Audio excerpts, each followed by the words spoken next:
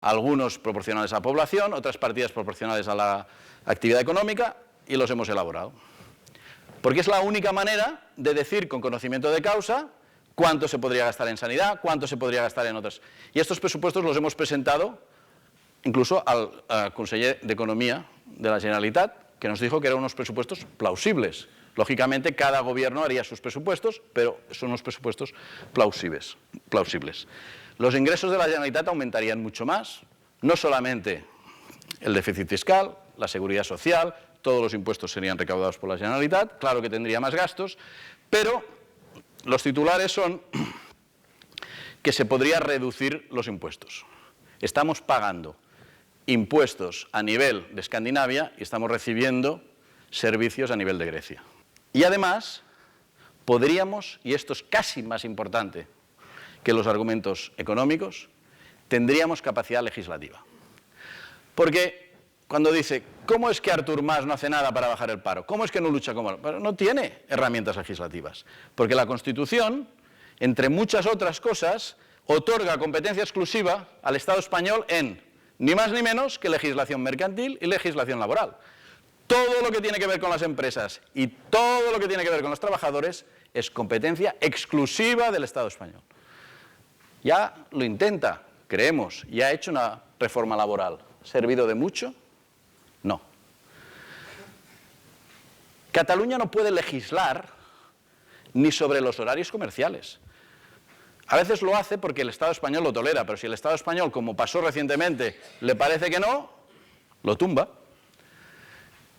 Solo por poner un ejemplo, Texas o California pueden decidir si en su estado hay pena de muerte.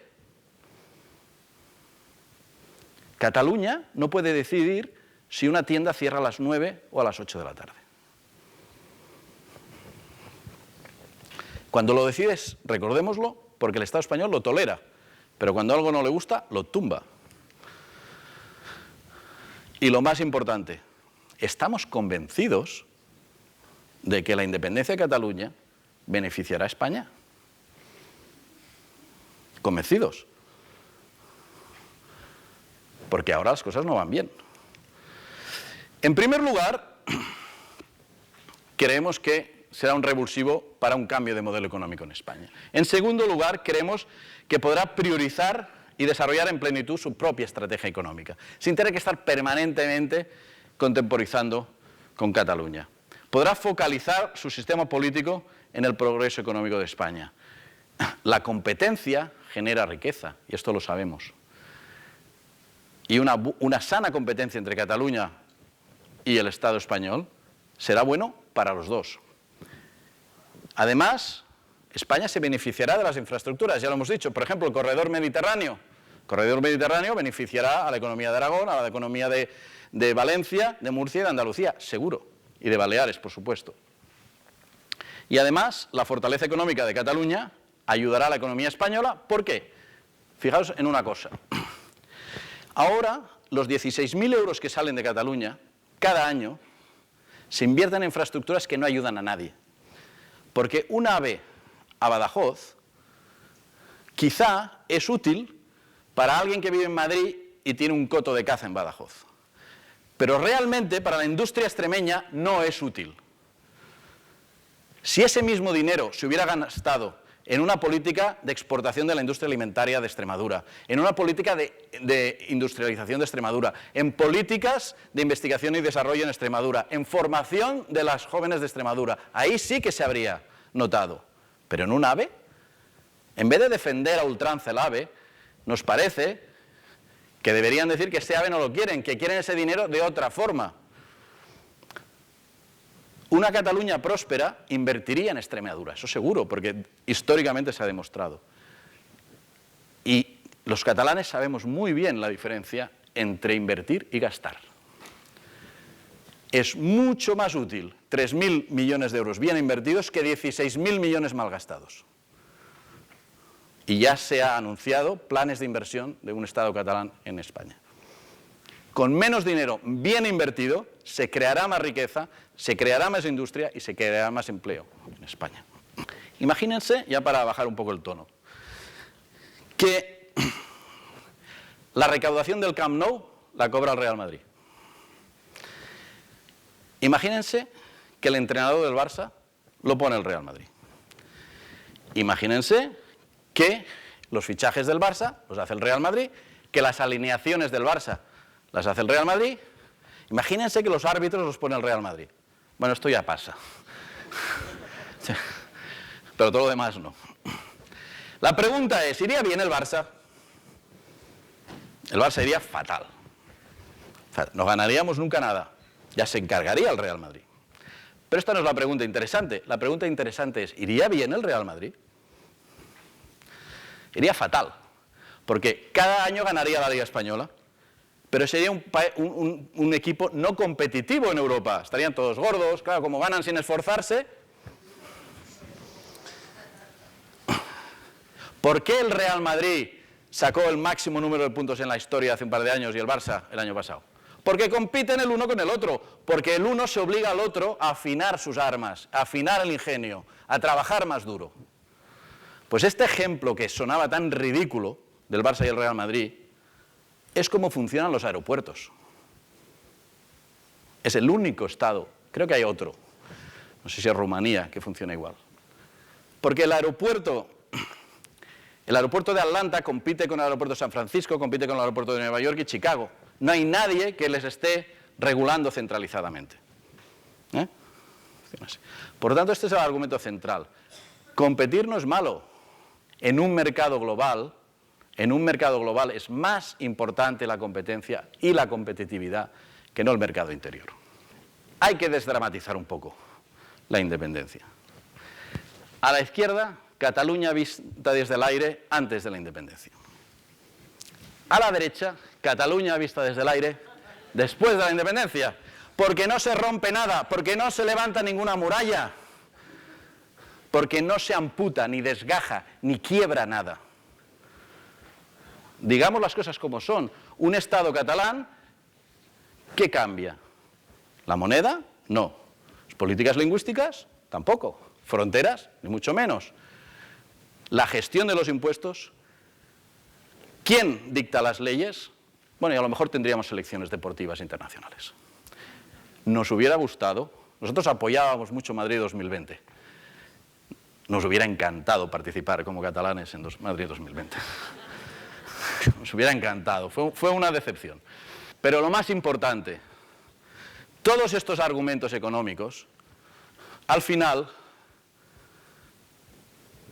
son simplemente datos. Porque las cosas pasan o no pasan, y volvemos a recordar el principio de la charla, porque la gente quiere o no quiere. Y en Cataluña la gente quiere. El pueblo quiere. Creemos que quiere. Porque no lo sabremos hasta que no podamos votar. Estamos viviendo historia. Hace un año, 2012, 1,5 millones de personas. El 11 de septiembre de este año, casi 2 millones. 400 kilómetros de cadena humana, no está mal, ¿eh? Para un país de 7,5 millones de habitantes. Os pondré un ejemplo. Si España hiciera una cadena humana de dimensiones proporcionales, si el Estado español hiciera una cadena humana de dimensiones proporcionales a la cadena humana de Cataluña, iría de Sevilla a Múnich. De Sevilla a Múnich. 2.400 kilómetros tendría que ser la cadena humana española. Es decir, una de cada 4 personas estaba en esta cadena humana en Cataluña. Una de cada 4 catalanes y catalanas estaba en esta cadena humana. Esto es importante, bueno, es importante porque es un indicativo fuerte de que seguramente la voluntad popular es de un Estado propio. Pero finalmente esta voluntad popular no se sabe hasta que no se vote. Y esta es la reivindicación fundamental en estos momentos de la población catalana y, en consecuencia, de su clase política. El derecho a decidir, la capacidad de votar, como lo hizo Quebec en su día, como lo hará Escocia dentro de menos de un año. Cataluña es un territorio con una población que tiene, según la legislación internacional, claramente el derecho a decidir. Porque es un pueblo, porque es una nación a pesar del rechazo del Estado español en reconocerlo. Pero una cosa curiosa, vayan al Ministerio de Educación, a la web del Ministerio de Educación, y hay un diccionario que se llama el Diccionario Salamanca de la Lengua Española, que es el diccionario oficial del Ministerio de Educación. Pueden hacer esta noche cuando lleguen a casa. Y pongan nación. Y entre las distintas acepciones hay ejemplos. Y el Ministerio de Educación, en su web, en el diccionario de la Salamanca de la Lengua Española, pone como ejemplo la nación catalana. En el momento en que se reconoce, y todo el mundo que tiene sentido común y decencia reconoce que Cataluña es una nación, la legislación internacional es categórica respecto al derecho a autodeterminación. Tan categórica es la legislación internacional y tanto lo sabe que la única defensa del Estado español es resistirse con uñas y dientes como gato panza arriba a reconocer en ningún momento que Cataluña es una nación. Es que estamos en un momento crucial. Hay generaciones a las que les toca un papel importante en la historia. Y la nuestra es una. Nos ha tocado. Nos ha tocado decidir algo que va a afectar a nuestros hijos y a nuestros nietos, si no a más generaciones. Y por lo tanto, pensemos lo que pensemos, tengamos la sensibilidad que tengamos, tenemos la obligación de tomárnoslo muy, muy en serio, de informarnos, de contrastar la información, de destapar las mentiras, de hablar con nuestros conciudadanos y con nuestros vecinos, para asegurarnos que tomemos la decisión que tomemos, la tomemos informados. Y el día que vayamos a votar, lo más importante, que votemos en libertad. Muchas gracias, eskerrik asko.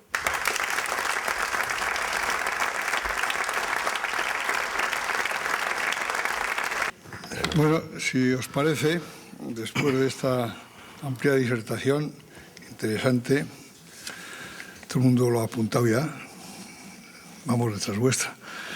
Abrimos un turno de intervenciones, de preguntas o cualquier cuestión que los asistentes quieren hacer aquí al amigo Pous.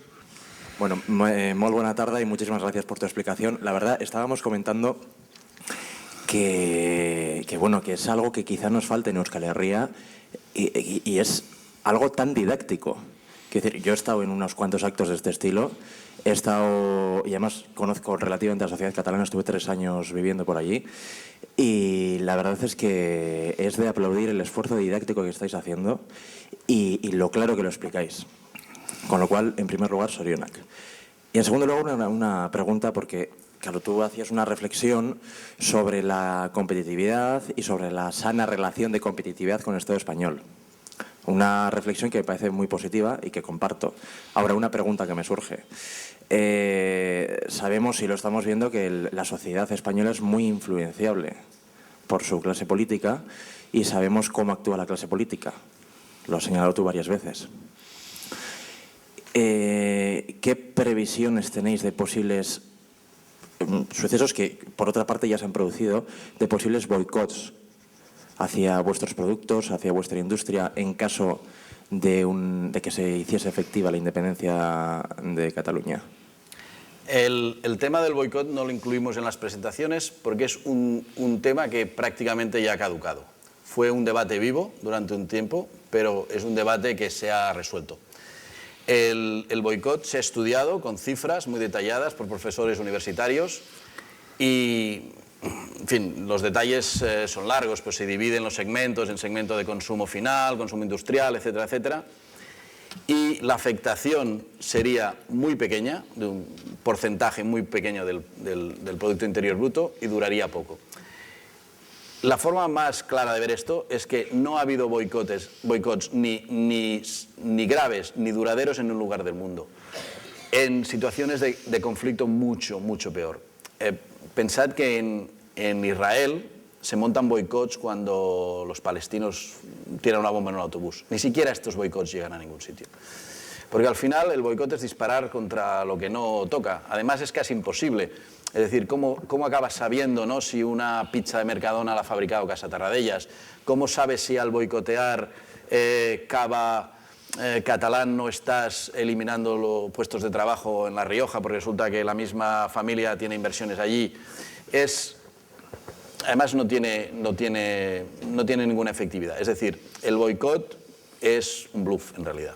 Y en la sociedad catalana este debate ya se produjo, fue vivo, pero en realidad ya ha caducado, ya se ha asumido, se le ha perdido el miedo, igual que a muchas otras cosas, a esta amenaza. Al hilo de los posibles boicots, hay uno que aquí siempre sale, que cuando en la opinión pública empieza a avanzar, avanza porcentualmente lo que pueda ser el movimiento en favor de la independencia, determinados medios de comunicación, fundamentalmente estatales, evidentemente, porque los locales hay muy pocos, enseguida salen con el tema de las pensiones. Claro, en una sociedad europea como es la sociedad Euskal Herria o la de Cataluña, es un peso importante.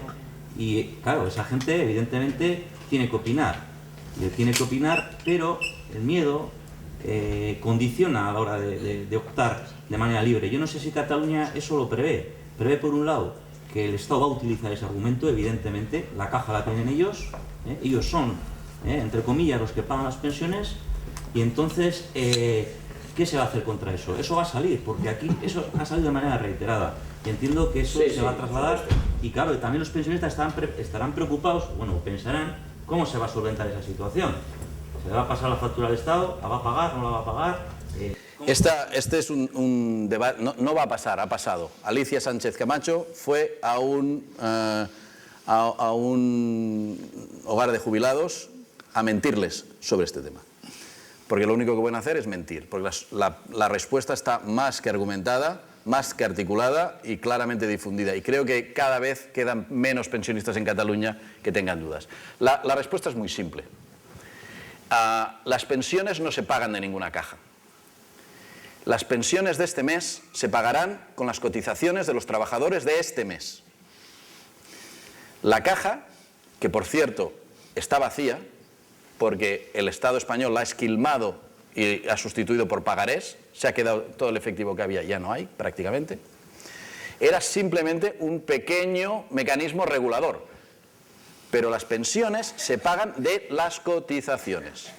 Y resulta que Cataluña tiene más cotizaciones por jubilado que la media del Estado español. Por lo tanto, Cataluña está en mejores condiciones, si fuera un Estado, de pagar a los pensionistas. Por lo tanto, si un pensionista piensa en qué situación tiene más garantías de cobrar las pensiones y lo que es más importante, de que no le recorten las pensiones, la respuesta es clarísima. Tiene muchas más posibilidades de cobrarla y mantener su poder adquisitivo en un Estado catalán. Porque en Cataluña hay más trabajadores que cotizan y la cotización media es más alta. Por lo tanto, la tasa de dependencia es más baja. Si vemos el histórico, Cataluña, el ratio o la diferencia entre cotizaciones y pensiones que se pagan ha sido siempre mucho más positivo en Cataluña que en el Estado español. El Estado español lleva aproximadamente 10 años en déficit de pensiones. Cataluña solo ha entrado en un ligero déficit en los últimos años. Por lo tanto, este debate, si se produce y se ponen los datos sobre la mesa, es una razón para el Estado propio. Y muchos pensionistas han empezado a entender que si quieren asegurar sus pensiones, mejor voten sí el día del referéndum. Y cuando nosotros hace 3 años estábamos diciendo, atención, porque el Estado español os recortará las pensiones, ya se han congelado, ya se han recortado y ya se han desvinculado del IPC, lo cual ya es el preámbulo de una bajada masiva del poder adquisitivo de los pensionistas. Señores pensionistas de Cataluña, si queréis seguir cobrando las pensiones, votar sí a la independencia. Arratsaldeon. Antes que nada, muchas gracias por tu exposición. Y mi pregunta sería, si no he entendido mal la exposición, dices que, bueno, mencionas 2 aspectos para la independencia, que es, de una parte, la deuda fiscal que contrae Cataluña con España, y la otra es la legislación. ¿Cree usted que en el supuesto hipotético de que el Estado español cambiase la financiación de las autonomías y en la que a Cataluña se le perdonara, o quiero decir, se cambiara la financiación, en la que la deuda fiscal bajara, eso posibilitaría que mucha gente de Cataluña quedase en el camino a la hora de la independencia, a la hora de votar sí a la independencia. Hace unos años quizás sí. De hecho, hace casi exactamente 2 años el presidente de Cataluña fue a negociar este tema a Madrid, porque lo tenía en su programa electoral y entendía que era una obligación que había adquirido con su electorado. La respuesta fue que no. Esta hipótesis nosotros no la consideramos muy plausible. Creemos que aunque hubiera voluntad, el resto de comunidades autónomas no lo permitirían. Pensamos que no hay capacidad económica en un Estado a punto del colapso económico para hacer esta oferta, pero es que además cada vez este es un tema menos importante. Te contestaré muy, muy claramente. Si tuviéramos en la balanza un déficit fiscal cero, sin capacidad legislativa, ¿sí?, o un Estado propio con capacidad legislativa, pero obligado a pagar los 16.000 millones cada año a España, escogeríamos la segunda. Porque es más importante las herramientas legislativas y normativas que te da un Estado que los 16.000 millones.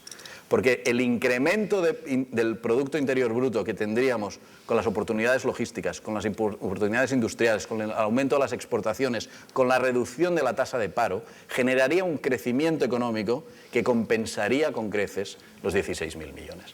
Por lo tanto, el déficit fiscal cada vez es menos importante.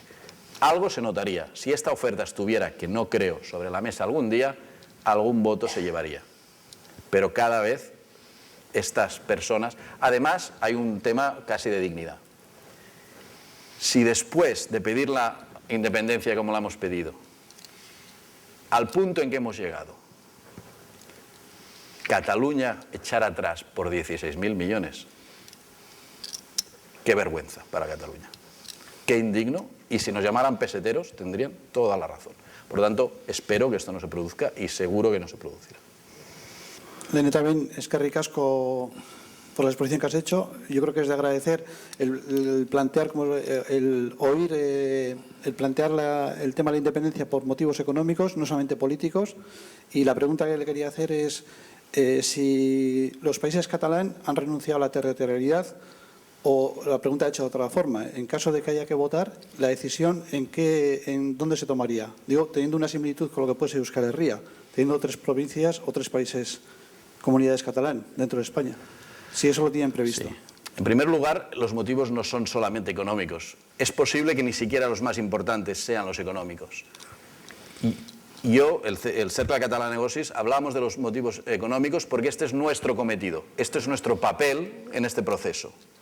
Hay motivos culturales, hay motivos históricos, pero hay otros organismos, hay otras asociaciones que hablan de ellos. No quiero decir que solo haya motivos económicos, hay motivos muy importantes, quizá más importantes que no son los económicos, identitarios, históricos, lingüísticos, culturales, pero nuestro papel, que nos hemos autoasignado, es estudiar los motivos económicos y jurídicos. Primer punto. Tema dels països catalans. Nosotros nos hemos comprometido firmemente con la democracia. Por lo tanto, sería absurdo intentar decidir por nadie más. Los países catalanes existen, seguro, como fenómeno cultural, seguro. Es decir, la francofonía existe y los países catalanes existen como fenómeno cultural. Esto es innegable, a pesar de que el Estado español está intentando negar y está intentando dar hachazos contra este fenómeno, con el famoso Lapao, con la última legislación en Baleares que le está costando un disgusto al gobierno. En Valencia está pasando exactamente lo mismo. Es un fenómeno cultural, pero a pesar de que hay muchas opiniones en Cataluña, el consenso principal es que el destino de los valencianos y de los baleares lo tienen que decidir ellos. Lógicamente pertenecemos a una comunidad cultural, eso es innegable. Cualquier persona con sentido común no lo puede negar. Igual que existe la Commonwealth, igual que existe la francofonía, igual que existen otros ámbitos culturales supranacionales, existen los países catalanes como fenómeno cultural. A partir de aquí, el destino político de cada uno de los territorios de estos países catalanes es igual está en las manos de cada uno de estos pueblos. Bueno, antes ha habido una diapositiva que me ha parecido muy interesante, el giro que tomaba la presentación, ¿no? Cuando se ha intentado demostrar que este es un juego en el que ganan todos, ¿no? Gana Cataluña y gana España también, ¿no? Lo que ocurre que, bueno, esto cabe imaginar que en el proceso que conduzca hasta el momento y en los primeros compases también de un futuro Estado catalán independiente, cabe pensar que probablemente lo que sea más, esté más presente en el ambiente sea un ambiente hostil, ¿no? Antes se ha comentado la cuestión del boicot y desde el punto de vista de la inversión, tanto las certidumbres para la inversión extranjera e incluso la propia inversión natural de Cataluña, ¿no? Y quiero mencionar algunos, no sé si anécdotas, ¿no? Pero algunos grupos catalanes que han dicho que en esas condiciones se marchan de Cataluña, ¿no? ¿Qué nos podías decir de esto? Sí. Bien, primero hay una hipótesis que se baraja que es falsa, es que el dinero es miedoso. Esto es mentira. Es que el dinero busca estabilidad. Esto es falso. El dinero busca oportunidad. Y desde luego no es en la estabilidad donde se generan oportunidades. Los grandes flujos de inversión van a donde hay cambio, no donde hay estabilidad. Esta es la primera cosa que nos tenemos que dar cuenta. Y esto no solo lo digo yo, esto lo dicen las cifras. Cataluña es hoy, en medio de un proceso soberanista claramente puesto sobre la mesa, la región europea, la segunda región europea que más invierte.